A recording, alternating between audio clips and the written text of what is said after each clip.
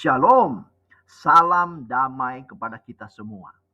Saya berharap saudara semua ada di dalam keadaan yang baik dan di dalam lindungan Tuhan. Saudaraku, saat ini kita akan merenungkan pengertian mati bersama Kristus.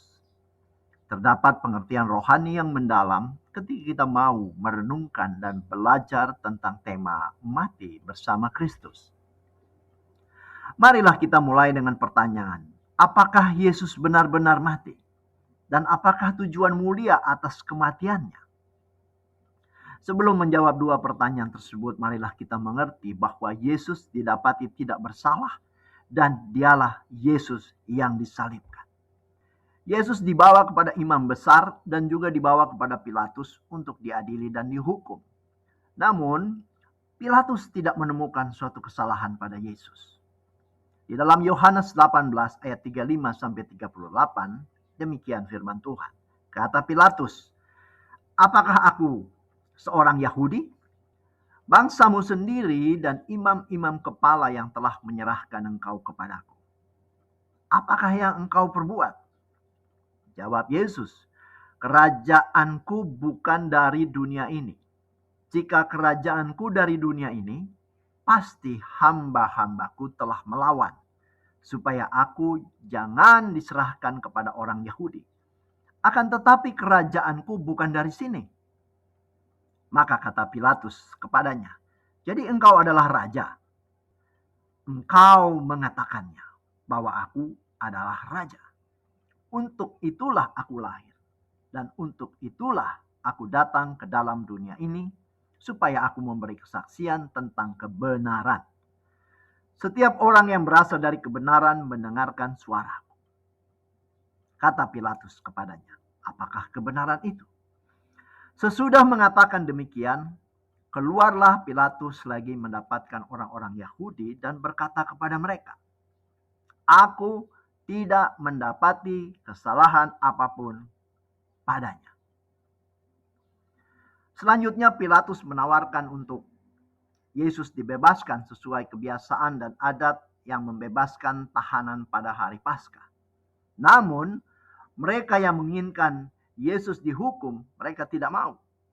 Mereka malah memilih membebaskan seorang penyamun yang bernama Barabas. Saudaraku di dalam Tuhan, jadi dari pernyataan Pilatus, dia menyatakan bahwa tidak didapati sesuatu yang salah dari Yesus. Kesimpulan pertama, Yesus tidak bersalah. Kesimpulan kedua adalah bahwa yang dikenakan hukuman pada akhirnya adalah Yesus sendiri, bukan orang lain. Karena ketika Pilatus menawarkan untuk membebaskan Yesus, para imam Yahudi dan pendukungnya tidak setuju dan memilih untuk membebaskan Barabas. Jadi yang disalib adalah benar-benar Yesus, dan Yesus sendiri menyerahkan nyawanya di atas kayu salib di Bukit Golgota. Mari kita lanjutkan dengan dua pokok pertanyaan. Yang pertama, apakah maksud Yesus mati di kayu salib? Yesus mati untuk menebus dosa umat manusia, menjadi korban yang sempurna untuk mendamaikan manusia dengan Allah, dan memberikan kehidupan abadi bagi yang percaya. Kematiannya di kayu salib dipandang sebagai penggenapan nubuat dan rencana keselamatan Allah, di mana ia menanggung hukuman dosa agar manusia dibebaskan dari kebinasaan. Saudaraku, di dalam Galatia 3 ayat 13 sampai 14, demikian firman Tuhan. Kristus telah menebus kita dari hukum Taurat dengan jalan menjadi kutuk karena kita. Sebab ada tertulis, terkutuklah orang yang digantung pada kayu salib. Yesus Kristus telah membuat ini supaya di dalam Dia berkat Abraham sampai kepada bangsa-bangsa lain. Sehingga oleh iman kita menerima roh yang telah dijanjikan itu.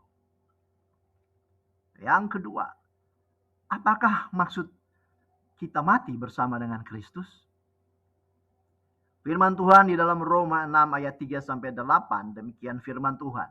"Atau tidak tahukah kamu bahwa kita semua yang telah dibaptis dalam Kristus telah dibaptis dalam kematiannya. Dengan demikian, kita telah dikuburkan bersama-sama dengan Dia oleh baptisan dalam kematian, supaya sama seperti Kristus telah dibangkitkan dari antara orang mati oleh kemuliaan Bapa, demikian juga kita akan hidup dalam hidup yang baru. Sebab jika kita telah menjadi satu dengan apa yang sama dengan kematiannya, kita juga akan menjadi satu dengan apa yang sama dengan kebangkitannya. Karena kita tahu bahwa manusia lama kita telah turut disalibkan, supaya tubuh dosa kita hilang kuasanya, agar jangan kita menghambakan diri lagi kepada dosa. Sebab siapa yang telah mati, ia telah bebas dari dosa. Jadi, jika kita telah mati dengan Kristus, kita percaya bahwa kita akan hidup juga dengan Dia. Saudaraku di dalam Tuhan, jadi menurut pokok ayat Roma 6 ayat 3-8 yang telah kita baca bersama, bahwa yang dimaksud dengan kita mati bersama Kristus adalah kita menyerahkan dan membuat dosa-dosa kita mati, tidak berkuasa lagi terhadap kehidupan kita. Manusia lama kita telah turut disalibkan. Dosa sudah tidak berkuasa. Dan bersama Yesus Kristus kita memiliki kehidupan yang baru.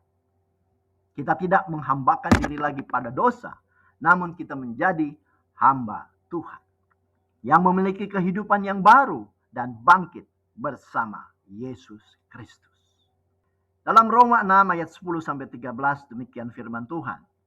Sebab kematiannya adalah kematian terhadap dosa satu kali dan untuk selama-lamanya, dan kehidupannya adalah kehidupan bagi Allah.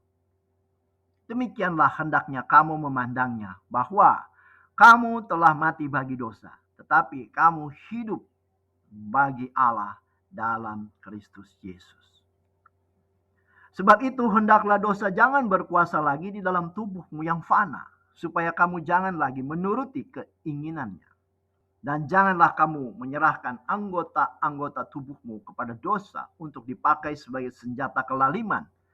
Tetapi serahkanlah dirimu kepada Allah sebagai orang-orang yang dahulu mati, tetapi yang sekarang hidup.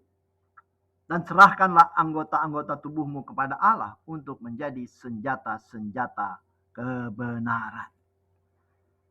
Saudaraku dalam Tuhan, Yesus didapati tidak bersalah. Namun Yesus tetap disalibkan.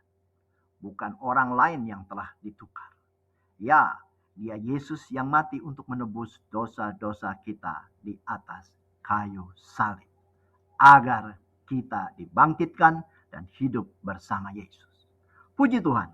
Selamat beraktivitas dan Tuhan memberkati.